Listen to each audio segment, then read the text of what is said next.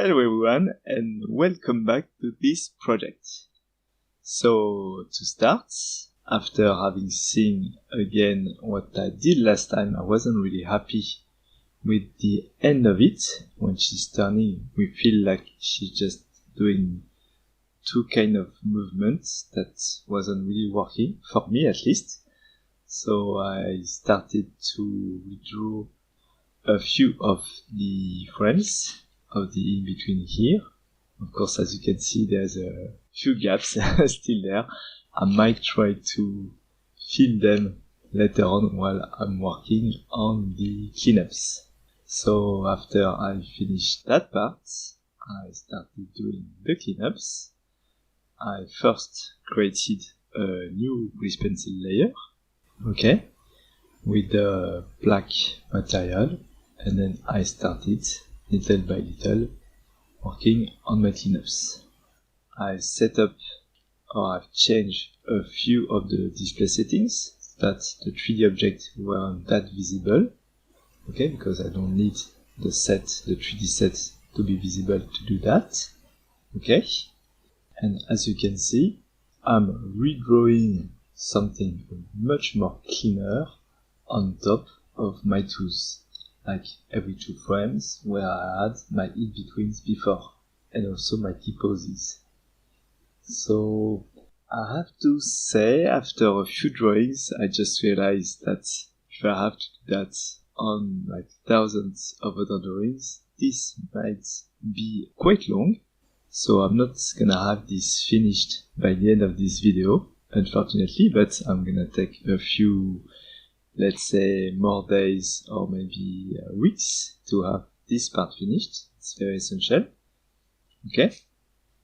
But I'm kinda happy with what the result is like. So here you can see the start of the sequence with the cleanup. You still have the in-betweens, the rough drawings below that, but you can see it's quite alright. So, thinking about that, like thinking about the speed at which I was going, I came up with a few other options, something that I want to tell you, because otherwise you wouldn't have learned that much things in this video.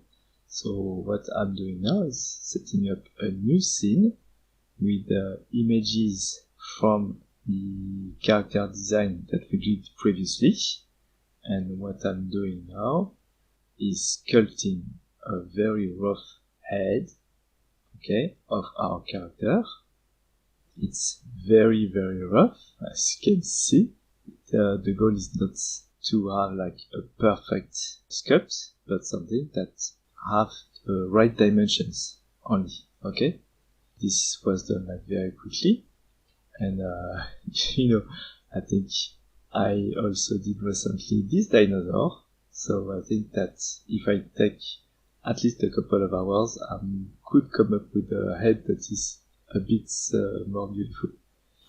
Okay, so I imported this head into my scene where I have the 2D animation, okay, using the happen function from Blender, and then I just paused and animated the head exactly where my character was moving, okay.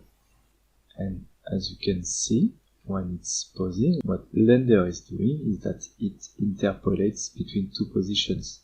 So you could have the luxury not to have to modify the position or the orientation of this 3D head in time, okay, like I have to do with the 2D animation. So I'm finishing the placement, and what you can see here, I'm just gonna add a new grease pencil layer just to show you this example.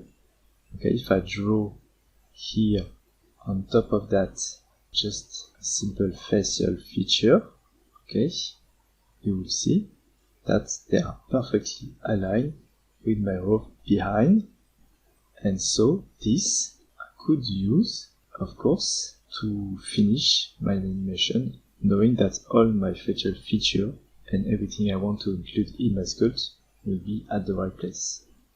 I know that with the quiz pencil you can do some kind of interpolation.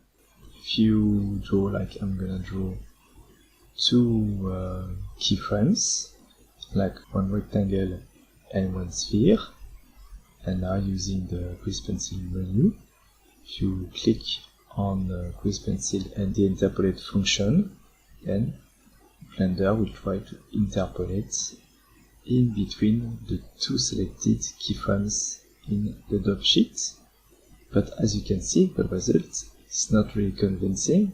Blender is trying to interpolate them, but it doesn't know which point is supposed to go where. So as you can see here, it's just reversing our rectangle before it turns into a circle. And if I were to do it here with my drawing of the character, of course, what you will see is something that is absolutely not working. Okay? So hopefully this helps you to think about your own project as usual, to make sure you either have enough time, and I think it needs courage as well, to start 2D animation project drawing all the keyframes, or trying to come up with some clever ideas like using a 3D base or something like that. So again, I'm finishing with what I have so far. It's only the first 40 frames out of 300, so I have quite a lot to do. I hope you like this lesson, and I hope you also keep on loving your life. I wish you a great day, a great life as usual, and I'll see you in the next video. Bye!